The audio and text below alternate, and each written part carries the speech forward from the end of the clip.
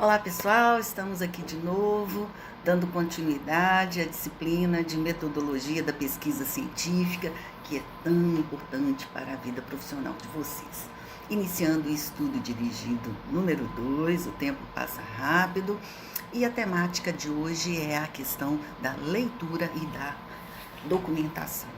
Então, ao terminar a leitura dessa unidade, você deverá ser capaz de conhecer a importância da leitura, as etapas para a realização de uma boa leitura e também adotar uma prática de documentação. O que acontece, gente? Quando nós começamos a pesquisar sobre um determinado assunto, você vê vários artigos, você vê vários livros, você lê várias coisas. E aí, uma preocupação muito grande do pesquisador é que ele faça as referências do autor ou dos autores utilizados para aquele trabalho. Por quê? Se você coloca no seu trabalho algo que você tirou de um outro artigo, de um livro, de uma revista e não cita a fonte, isso é o que a gente chama de plágio. Ou, de uma forma mais enérgica, a gente chama de crime, tá certo? Porque você apropriou de uma forma indébita um conhecimento que não é seu e colocou no seu trabalho como se eu tivesse feito. Então, esse cola e copia, ele dentro do trabalho científico, ele precisa ser muito bem trabalhado realmente, porque senão isso causa muito problema. E se você não leu realmente o material e fez a interpretação com as suas palavras, que a gente chama de citação indireta, isso fica bastante complicado, entendeu? Então, a gente, além de ler, a gente tem que documentar, porque aí você sabe de onde você tirou, e isso é muito importante. E uma outra questão que a gente aproveita para poder refletir juntos nesse vídeo é o seguinte: quantos livros você leu nos últimos meses? Tanto eu quanto vocês escolhemos a área acadêmica, escolhemos ser professor. Professor e livro tem que andar junto. O professor que não gosta de ler, realmente fica uma situação muito complicada, é incoerente com a função que ele se propõe a fazer. Então, vamos ler mais, começando pelos livros não didáticos, aquilo que te dá prazer, aquilo que você gosta, e depois ir aprimorando um pouco mais nessa questão da leitura. Então, quem não possui o hábito da leitura precisa desenvolvê-lo, pois é difícil uma formação de qualidade sem muita leitura, e principalmente depois que você está na área, você está formado, você está trabalhando, você precisa dar soluções para os problemas que acontecem no dia a dia. Então, quando encontrar um material que julgar certo, primeiro precisa fazer uma leitura de reconhecimento. Então, você olha o título, você olha a capa, você olha o autor, se você já conhece, se você já leu uma outra obra dele. Aí você lê as orelhas do livro, você lê o prefácio. Então, não necessariamente, gente, quando você está fazendo uma pesquisa, você lê tudo. Se você pegar a minha dissertação de mestrado, ela tem mais de 100 livros. Ah, Molica, você leu tudo? Claro que não.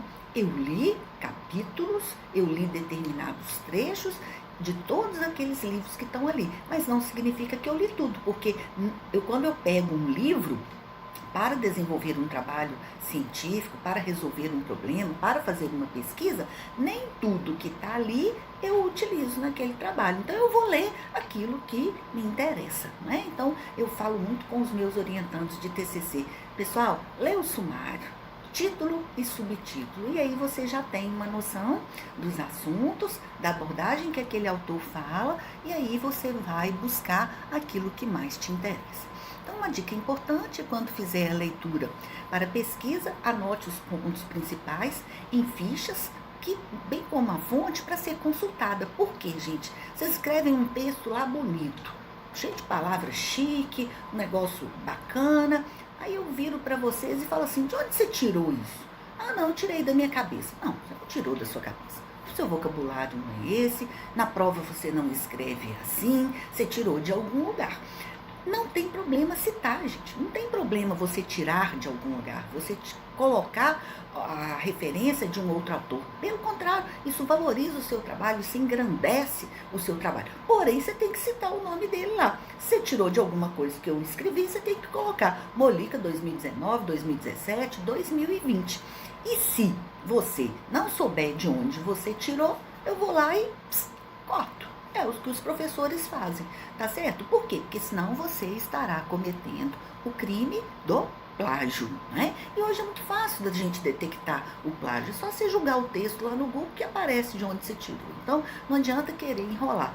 E também enrolar para quê? Se a BNT me permite fazer citações diretas e citações indiretas. Super importante, guarde isso, gente. Se a citação for direta, ou seja, ela é igualzinha o que o autor falou, eu tenho que colocar o sobrenome do autor, eu tenho que colocar o ano e eu tenho que colocar a página. Eu tenho que colocar a página. Se eu fizer uma citação indireta, ou seja, eu busquei a ideia do autor junto com as minhas ideias e escrevi com as minhas palavras, aí eu vou citar o autor, o sobrenome do autor e apenas o ano, não sendo necessário a página. Então, 3 regras, né, básicas para facilitar a aprendizagem. Atenção, é ideal para criar o máximo de interesse sobre o assunto, então vamos pesquisar sobre aquilo que a gente gosta. No caso do TCC, eu tenho que escrever, eu tenho que falar sobre a minha realidade, sobre um problema que eu estou vivendo, sobre alguma coisa que eu gostaria de me informar melhor, porque aí eu vou ter uma atenção maior, eu vou ter maior interesse para desenvolver o trabalho. A memória, que é reter, mas não é decorar. A leitura, ela não é para ser decorada, e sim para ela ser interpretada, né? Então, isso é muito importante. E, por fim, a associação de ideias, que é uma capacidade que possibilita o indivíduo relacionar e evocar os fatos das ideias. Então, o autor escreveu alguma coisa que ele pode corroborar com o que você aprendeu na sala de aula, que ele pode corroborar com o seu estágio, com a sua vida profissional, ou também pode discordar. O autor escreve, desculpa, o autor escreve de uma forma que não faz parte da sua realidade. Aquilo não condiz para aquele ambiente ou para aquela situação que você está vivendo. Então, associação de ideias é quando você já começa a perceber o que é correto para o seu problema, para a sua pesquisa e o que naquele momento não vai fazer interferência. Então, com certeza você sabe que mesmo com todo o avanço de tecnologia, a leitura é a melhor forma para a aquisição de conhecimentos. Por intermédio da leitura, podemos ampliar e aprofundar o conhecimento sobre determinado campo cultural, científico, aumentar o vocabulário, comunicar as minhas ideias de uma forma muito mais eficiente. Então, a pessoa fala assim, porque eu escrevo mal. Qual que é a forma para eu escrever melhor? É ler. Se você não lê, você não consegue escrever da forma correta. E aí a gente vai falar agora das etapas para realizar uma boa leitura. Então, a primeira coisa é aquele lance que eu falei com vocês agora há pouco, que é para a leitura, que é o reconhecimento. Então, o autor, do que ele fala, o livro, a contracapa, o prefácio do livro, o sumário. Então, eu vou entender aquela obra para saber o que realmente eu vou utilizar para eu focar naquilo que eu preciso. A leitura seletiva, né, que como o próprio nome diz, você faz a seleção daquilo que vai fixar que é realmente do seu interesse. A leitura crítica ou reflexiva, que é onde você separa as ideias principais das ideias secundárias ou as ideias do autor que eu nem vou utilizar naquele trabalho que eu estou fazendo.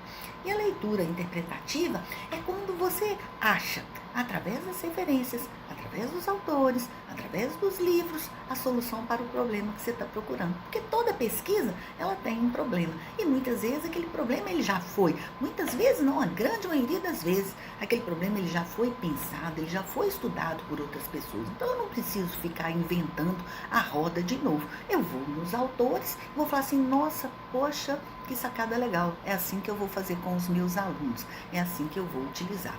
E aí, para alcançar os resultados, né, eu sempre tenho que ter um objetivo, é o foco. Olha só, olha o gesto da professora. Eu tenho que focar naquele objetivo, naquele problema que eu tenho. Se eu não entender alguma palavra, a gente tem que ir no dicionário, né? Eu tenho que ser crítico em relação àquela leitura que eu estou fazendo. Muito cuidado com blog, hein? Blog não tem nada de científico. Tem alguns blogs que são muito bons, mas apenas se eles forem indicados pelo professor. Não vai ler blog e achar que aquilo é científico, que aquilo é uma teoria confirmada, porque na grande maioria das vezes não é. A internet é um mundo e fazer essa seleção é bem difícil, né? Eu tenho que me atentar às palavras-chave daquele problema, daquela pesquisa que eu estou realizando, descobrir a aplicabilidade entre a teoria e a prática. Eu tenho um problema, eu preciso resolver. Eu vou na literatura, eu vou nas referências, busco essa solução. Quando eu já definir tudo isso, eu vou sublinhar aquilo que é importante, né? Vocês sabem que eu gosto muito da canetinha marca-texto, e vou separar aquilo que é essencial, aquilo que é secundário, que eu não irei utilizar naquele momento. Então, a documentação é a organização e o registro dessas informações, e é uma prática que deverá ser desenvolvida visando facilitar seus estudos. E principalmente, gente, você tem que ter documentado, você tem que ter arquivado de onde que você tirou.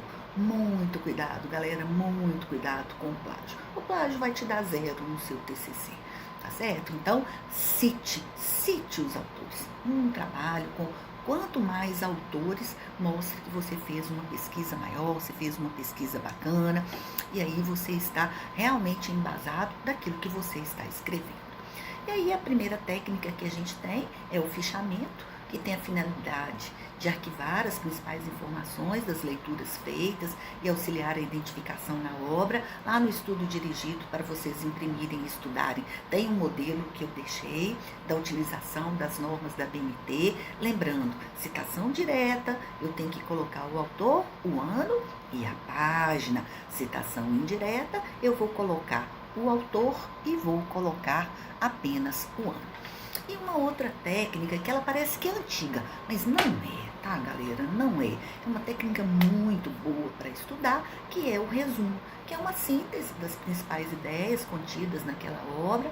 Você deve elaborar com suas próprias palavras, sendo um dos recursos mais comuns na realização das pesquisas bibliográficas. Então, no resumo, eu coloco a minha interpretação. E olha só, eu utilizo 2 lados do cérebro quando eu estou lendo e eu estou escrevendo. Então, isso fixa muito mais, né? A prova disso que muitos alunos ainda persistem na cola, né? E a cola é uma forma de estudar, porém de uma forma milimétrica, né? Então, o que ele até sabe? Porque ele escreveu. Então, quando você lê e escreve, você aprende mais, né?